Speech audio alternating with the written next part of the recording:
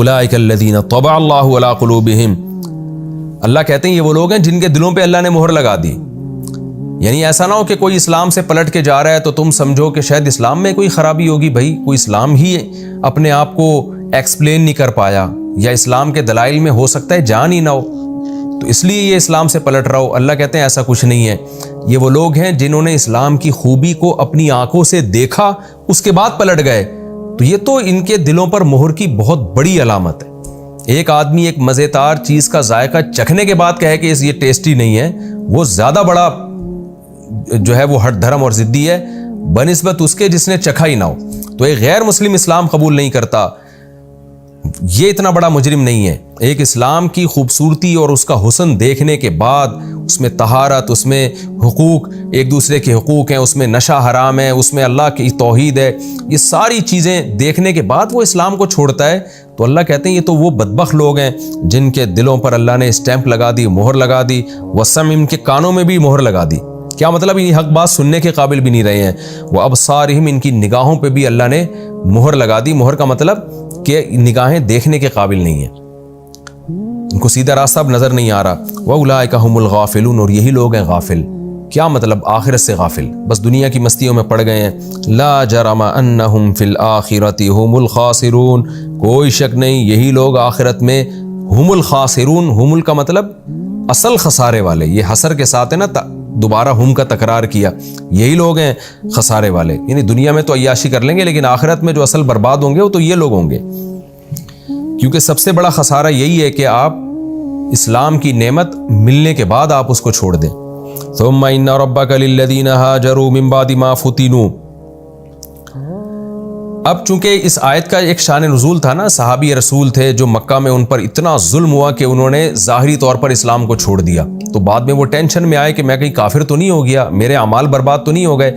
تو اللہ نے ان کو تسلی دی کہ نہیں نہیں نہیں، اگر کسی کو جبر کیا جائے، وہ زبان سے کلمہ کفر کہہ دے، تو اللہ اس کو سزا نہیں دے گا.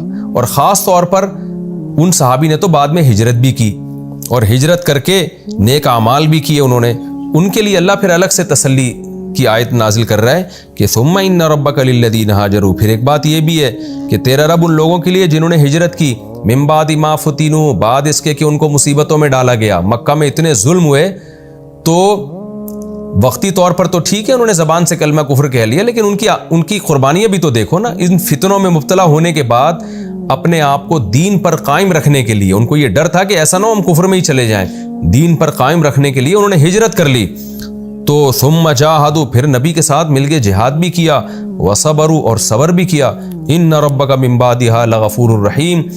تو تیرا رب ان سب باتوں کے بعد غفور بھی ہے، رحیم بھی ہے. یعنی وہ تو اس سے پہلے بھی غفور الرحیم ہے، تو جس نے اتنی بڑی بڑی قربانیاں دے دیں وہ اس کے ایمان کو ضائع کیوں کرے گا؟ ان صحابی نے تو بڑی بڑی قربانیاں دی، ہجرت بھی کی، جہاد بھی کیا، صبر بھی کیا، تو اللہ کیسے ان کی قربانیوں کو ضائع کر دے گا؟ تو اللہ تو اور غفور ہے اور ان کے لیے اور زیادہ رحم کرنے والا ہے. تو یہ ہمارا رکوع الحمدللہ کمپلیٹ ہو گیا، سورہ نحل کا رکوع نمبر 14 اور 20. یہ رکوع بھی آسان ہے، اور اس میں جو اہم مضمون تھا وہ اہم مضمون یہی تھا کہ ایک تو قرآن کی جو آیتیں منسوخ ہوئی ہیں اس میں حکمت تھی، نمبر 2 رسول اللہ صلی اللہ علیہ وسلم کی نسبت جس کی طرف کرتے تھے کہ وہ سکھا کے جاتا ہے، تو اللہ نے اس کی نفی کی، وہ اجمی ہے، وہ قرآن عربی زبان میں نازل ہوا ہے، اور ویسے بھی وہ ہمیشہ ساتھ نہیں رہا. جب ہجرت کی آپ نے مدینہ آ گئے تو پھر کہاں سے آیتیں نازل ہوتی تھیں، پھر کہاں سے مضمون آتے تھے، تو یہ ایک فضول قسم کا اعتراض تھا جو مشرکین نے ایک جو ہے نا شوشہ چھوڑا ہوا تھا. پھر اللہ نے اس رکوع میں یہ بھی بتایا کہ اصل جھوٹے وہ لوگ ہیں جو سارے دلائل دیکھ رہے ہیں، وہی نازل ہوتے ہوئے دیکھ رہے ہیں، نبی پر جو وحی کی کیفیات نازل ہوتی تھی نا وہ تو نظر آتی تھی، شدید سردی میں آپ کو پسینہ آتا تھا، یہ سب عمل اپنی آنکھوں سے دیکھ رہے تھے، اور پھر منسوب کر رہے ہیں کہ فلاں بندہ سکھا کے جا رہا ہے. تو اللہ کہتے ہیں کہ یہ سب دلائل دیکھنے کے بعد جو قرآن کا انکار کرے نا، اصل جھوٹے وہ لوگ ہیں. پھر اللہ نے یہاں اکراہ کا مسئلہ بیان کیا کہ ظاہری طور پر جبر کی حالت میں اگر کوئی اسلام چھوڑ دیتا ہے زبان سے، دل میں وہ مومن ہے تو اللہ اس کے اسلام کو قبول کرے گا. تو اس میں ان غیر مسلموں کے لیے بھی ہے کہ جو اسلام قبول کرتے ہیں تو ان کے رشتہ دار ان کو قتل کی دھمکیاں دیتے ہیں. ان غیر مسلموں سے بھی ہم کہتے ہیں، خاص طور پہ جو بچیاں ہیں، لڑکیاں ہیں، اپنے گھروں میں ہندو لڑکیاں، عیسائی لڑکیاں، سکھ لڑکیاں وہ اسلام کو پسند کرتی ہیں، لیکن ان کو ڈر ہے کہ اگر ہم مسلمان ہو گئے تو ہماری سوسائٹی بائیکاٹ کرے گی، ہم بہت مصیبت میں پھنس جائیں گے۔ تو ان کے لیے بھی اس میں تسلی ہے کہ بھئی آپ تنہائی میں کلمہ پڑھ کے آپ دل سے اسلام کو قبول کر لیں، اور جب آپ کو یہ خطرہ ہو کہ ٹارچر کیا جائے گا تو زبان سے آپ اس کا اقرار نہ کریں۔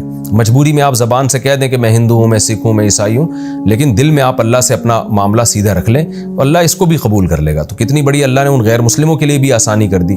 پھر چھپ کے جتنی نماز کی توفیق ملتی ہے آپ پڑھ لیں، جو پڑھ نہیں سکتے بعد میں پھر جب اللہ حالات اچھے کر دے تو اس کو قضا کر لیں آپ۔ تو یہ اللہ کی طرف سے ایک اجازت ہے، اس میں ان غیر مسلموں کے لیے بھی رحمت ہے کہ اللہ اس طرح بھی قبول کر لے گا۔ اور جو دل سے اسلام کو چھوڑ دیتے ہیں پھر ان کے بارے میں اللہ نے فرمایا کہ ان کو اللہ معاف نہیں کرے گا، ان کے لیے دردناک عذاب ہے۔